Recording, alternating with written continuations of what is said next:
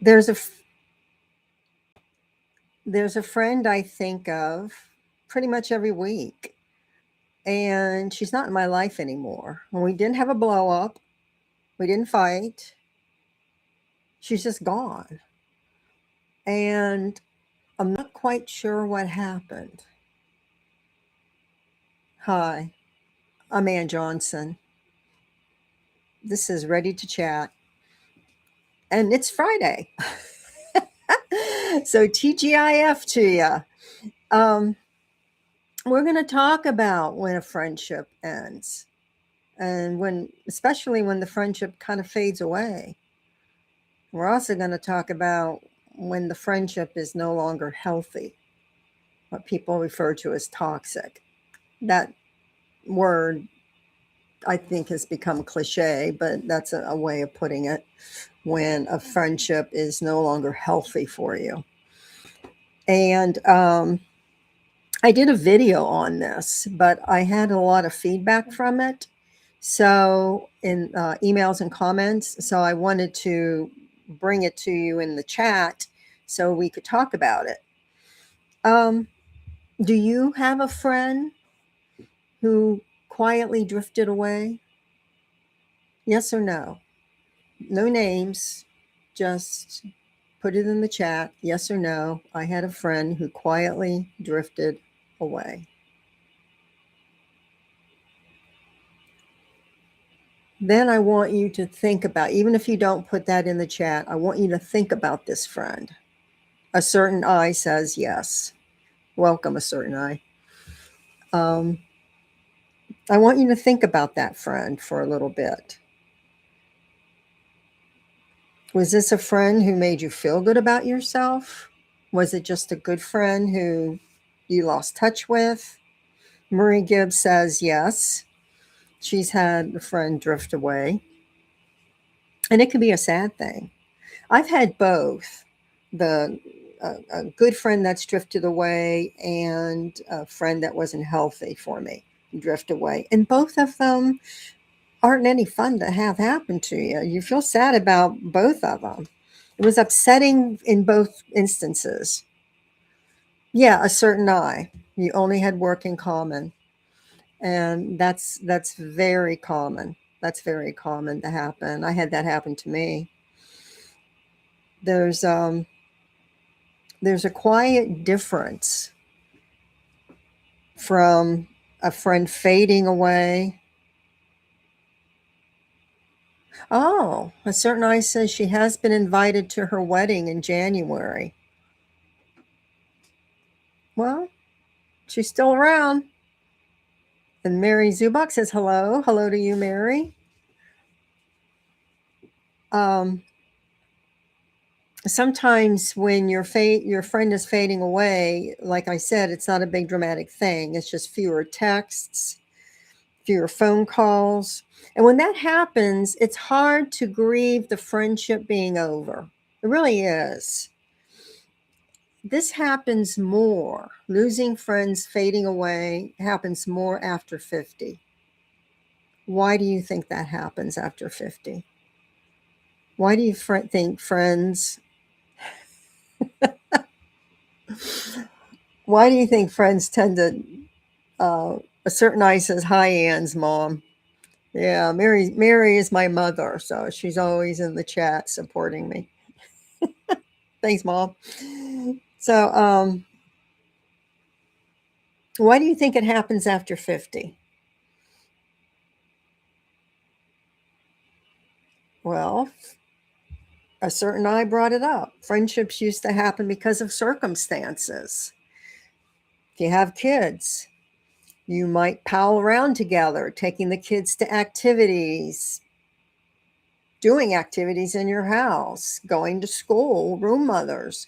There's all kinds of things you do with kids and other parents. The other, as it's already been mentioned, is work.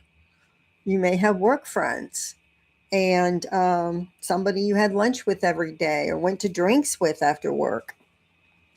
But circumstances change. You no longer work together. And that could be career change, a layoff, a retirement. It could be a million things. And you find out that the only thing you talked about all the time was work. You may skim by the personal, but really work was it. Thing with children too. Children grow up, and sometimes that's the only thing you had in common was the kid. You didn't have a real deep relationship. Both of these scenarios happened to me. One of them was a friend that I had two friends at work. We went out on a boat pretty much every other weekend. Once I left that job, the one friend pretty much never saw again. The other one, we actually became more friends after the fact, and we see each other not a lot. You know, we keep in touch, and every 2 to 3 months we get together for lunch or to play tennis or something like that. So we've stayed in contact, but the other one just faded away. School, I mean, kids were the same way. My grandson and a friend's son grew up together, and we did everything with them. Now they're both in college now, and we barely talk, this mother and I. And when we do, it's all about the kids, what they're doing in college. We don't talk about anything else. So I suspect as the boys grow up more and are out of college, that that's going to end too. And there's two sides of this. There's you fading away with somebody and somebody fading away with you. And that both being on both ends can be difficult. Who are you in the relationship that I had you think about in the beginning? Are you the faded or the fader? Did you fade away somebody and therefore you're the fader? Or were you faded and somebody faded on you? Put that in the chat. What was your experience?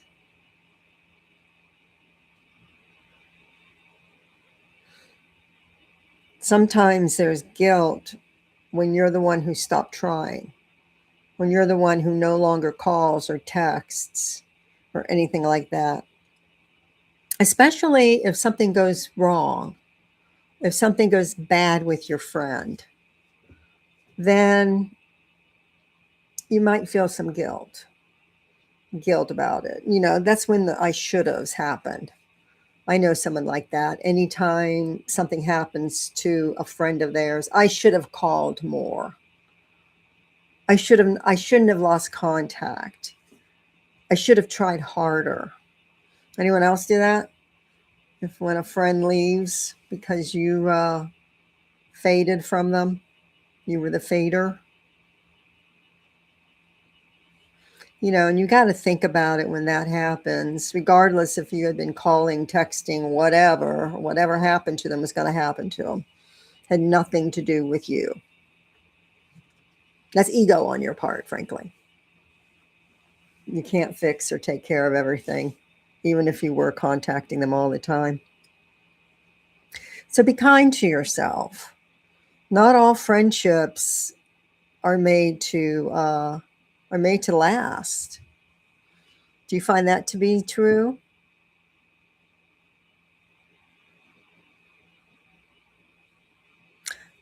Marie says, I faded. I got tired of always reaching out and making the plans. Isn't that typical? I recently faded from a friend who had moved away, and we no blowout, no disagreement, nothing. But one day we had kept in contact for a year, and then I thought about it. I was the only one calling. I was the only one calling. She never called me. I only called her. In fact, she one time said, I appreciate you keeping this friendship going. Well, that's not very two sided. That's one sided. So I just stopped calling. And partly it was an experiment to see if she would call me. I don't think she's going to. It's been 7 months. So I think that's ended. Okay, Mary. What'd you say? That's my mom. Sometimes just get busy with life and move on. Right. Sometimes you do. Because sometimes you don't have anything in common anymore. It goes back to what we were saying of circumstances. Um, regardless regardless of the circumstances of fading away from somebody, don't be hard on yourself about it. I mean, think about it this way: the Beatles faded away from each other and they managed to turn out all right. But of course, they faded in front of everybody. You're not allowed to grieve when a friend moves on or when you move on, like you do a divorce or a death. You don't get a casserole, you don't get a card. It just, the feelings go underground. And they can be pretty strong when, especially if you do feel the guilt.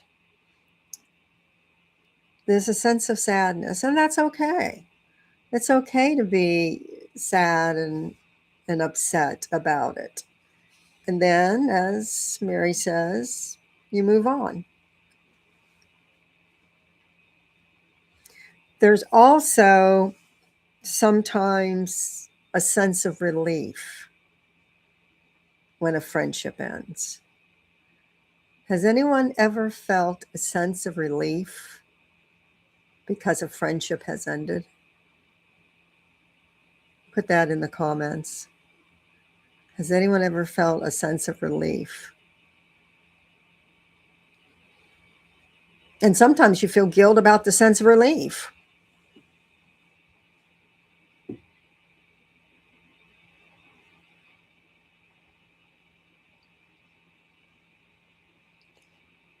And the thing about it is, you might be relieved because that friend stops fitting your lifestyle and who you've become as a person.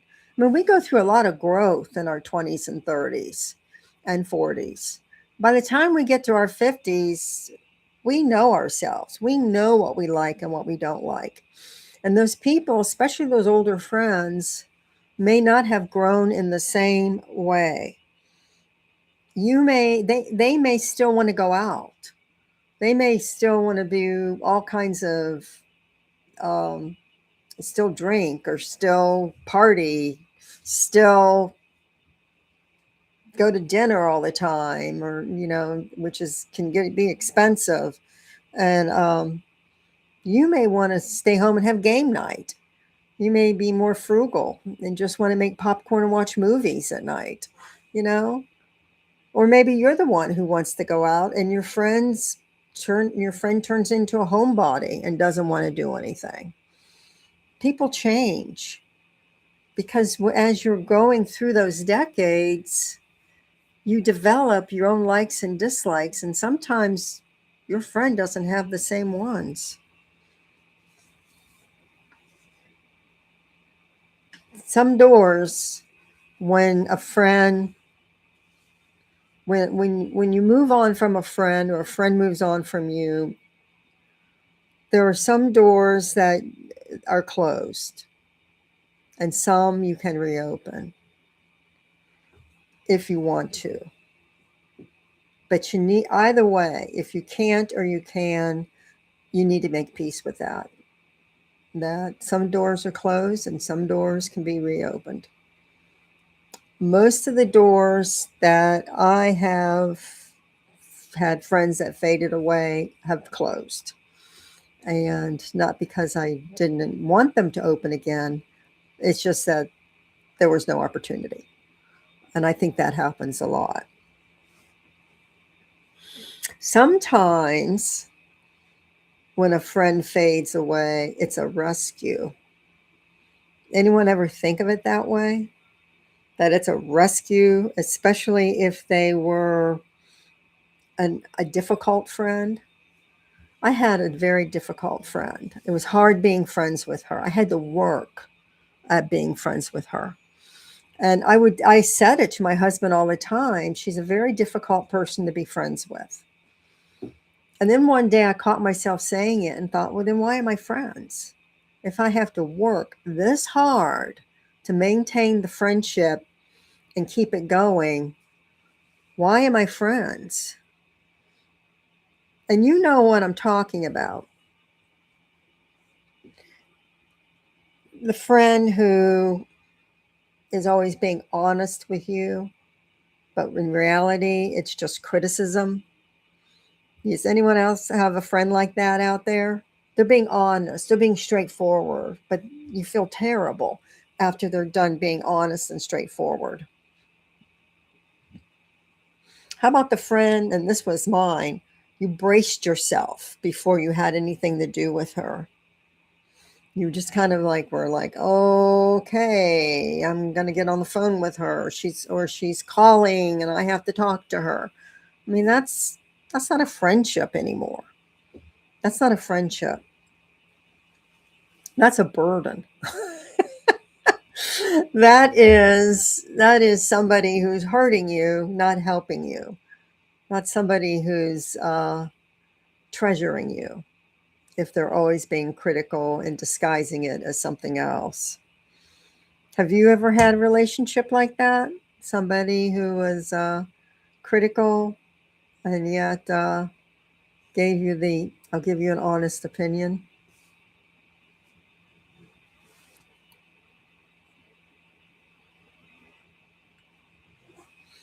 With these types of relationships, when you end them, there doesn't tend to be some dramatic exit, and there shouldn't be. You shouldn't go out with a bang. How I've done it is I've just, without confrontation or being cruel in any way, shape, or form, just pulled back. And I think a lot of people do that with friends that they are difficult for them or who hurt them more than help them. And that is, you just pull back.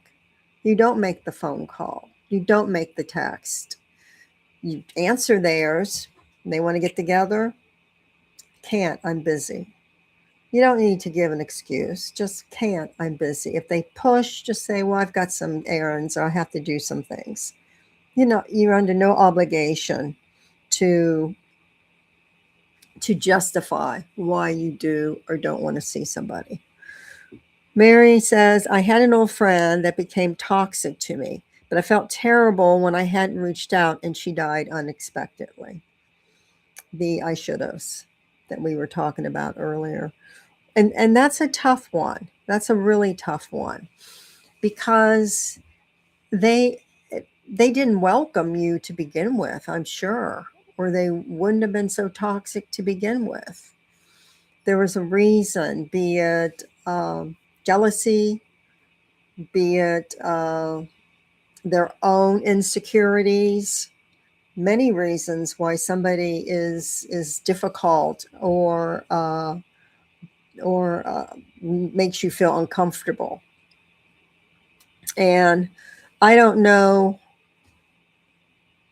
That's a tough one though when they die unexpectedly. But you were under no obligation to reach out to her. Did she reach out to you? Doesn't sound like she did.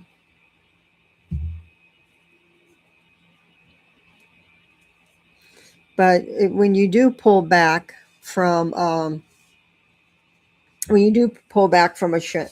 friendship, don't get into a confrontation. Like I said, just fade away.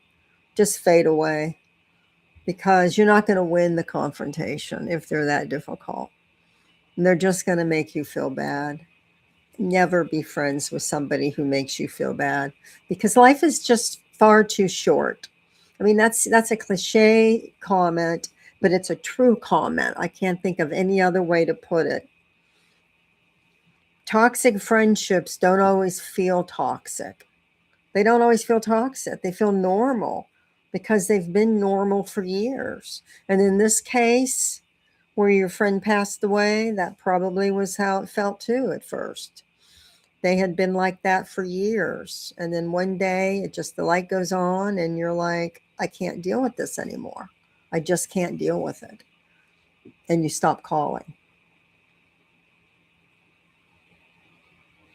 The telltale when you have a friendship that you've had for a long time that you think of as normal when it's not is how if you feel drained afterwards.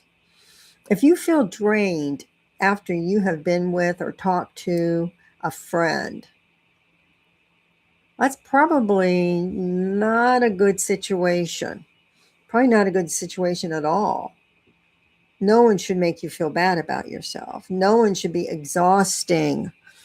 Like my friend who I couldn't take anymore. It was exhausting. She was so difficult. I was always on my guard.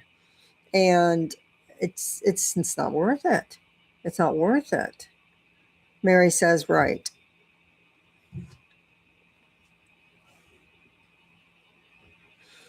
That's not a friend when it really comes down to it, if you think about it.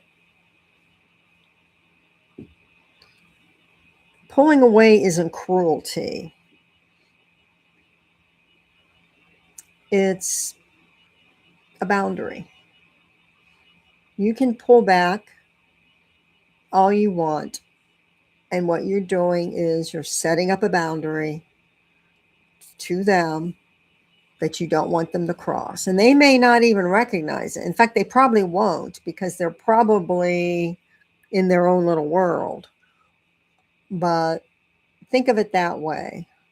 You're not pulling back as much as you're setting up a boundary to protect yourself, like the forts of pre-revolutionary times. Protect yourself. You have to do that. You don't want anyone making you feel bad. I don't want to feel bad. You can grieve the good years. I'm sure if they were friends with you in the beginning, it was good. But, or maybe not. Maybe you were friends with them out of pity because they didn't have any other friends and you felt sorry for them. Maybe they were good friends at one point, but somewhere along the line, they turned toxic. And partly why that happens is if you have had success and they haven't, then that green monster comes out and you've got some jealousy. And that turns into criticism as a result. Put you down so they can put themselves up. But you can grieve the good years. It's okay. It's okay to remember the good years as you pull back. But you can do that and still be glad it's over.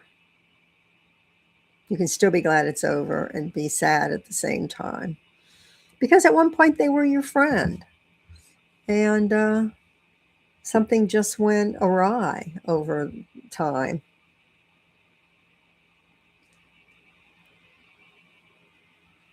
Think about that friend for a moment that we talked about in the beginning, that I asked you if you had somebody you faded away from. Think about them. Would you want to reopen that door? Or is that door closed? Put it in the chat. Would you ever want to reopen that door?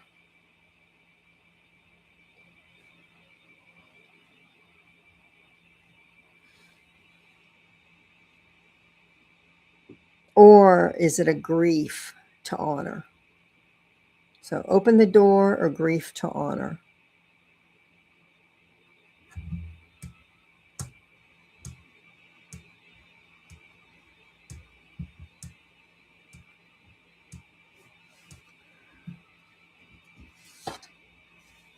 There's no wrong or right answer in that. It's just wherever you are in your development and your relationships. Hold the friends you have dear to you. The ones that you don't want to fade away, hold on to them.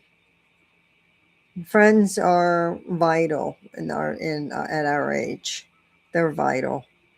I mean, family comes first, obviously, but friends, someone to talk to and run things by and cry on with a glass of wine or over a cup of coffee, they're precious. So don't waste your time with the ones that make you feel bad, and hold dear the ones that make you feel good. If there isn't anything else, I am going to say goodbye and wish all of you a happy weekend. Enjoy. We're supposed to have nice weather. And I will see you next time.